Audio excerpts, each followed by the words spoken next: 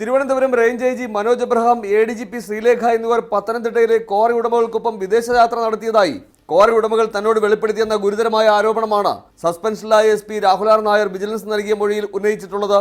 പത്തനംതിട്ടയിലെ ഷാനി ക്വാറി ഉടമ ജയേഷ് തോമസിന്റെ സഹോദരൻ മനീഷിനൊപ്പം IG Manoj Abraham Singapore, Malaysia എന്നീ രാജ്യങ്ങളിൽ സന്ദർശനം നടത്തിയിട്ടുണ്ടെന്ന് ജയേഷ് തന്നോട് വെളിപ്പെടുത്തിയെന്നാണ് രാഹുൽ ആർ നായർ വിജിലൻസിന് മൊഴി നൽകിയിട്ടുള്ളത്. തൃശൂർ വിജിലൻസ് കോടതിയുടെ മേൽനോട്ടത്തിലുള്ള അന്വേഷണ സംഘത്തിനും വിജിലൻസ് ഡയറക്ടർ വിൻസൻ എം പോളിനും ഇതേ മൊഴി രാഹുൽ നൽകിയിട്ടുണ്ട്.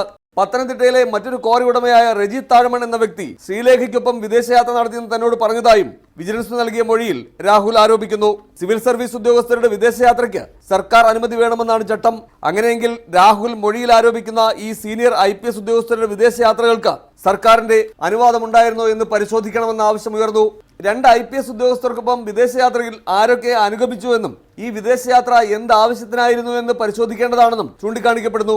അനുവാദമില്ലാതെ വിദേശയാത്ര നടത്തിയെന്ന ആരോപണത്തെ തുടർന്ന് IG ടോമിൻ ജെ തച്ചങ്കരി സസ്പെൻഷനിലായതിന് സമാനമായ സാഹചര്യമാണിതെന്നും ചൂണ്ടിക്കാണിക്കുന്നു. അതിനിടെ SP രാഹുൽ ആർ നായർക്കെതിരെ vigilance director Vinson M Paul നടത്തിയ അന്വേഷണത്തെക്കുറിച്ചും ആക്ഷേപമുയർന്നു. പത്തനംതിട്ടയിലെ വിംബ്രോ ക്വാറി തുറന്നു കൊടുക്കണമെന്നാവശ്യപ്പെട്ട് IG മനോജ് എബ്രഹാം തന്നെ വിളിച്ചതായി തിരുവല്ല DOSP തമ്പി S ദുർഗാദത്ത് അറിയിച്ചിരുന്നുവെന്ന് രാഹുലിന്റെ മൊഴിയിലുണ്ട്.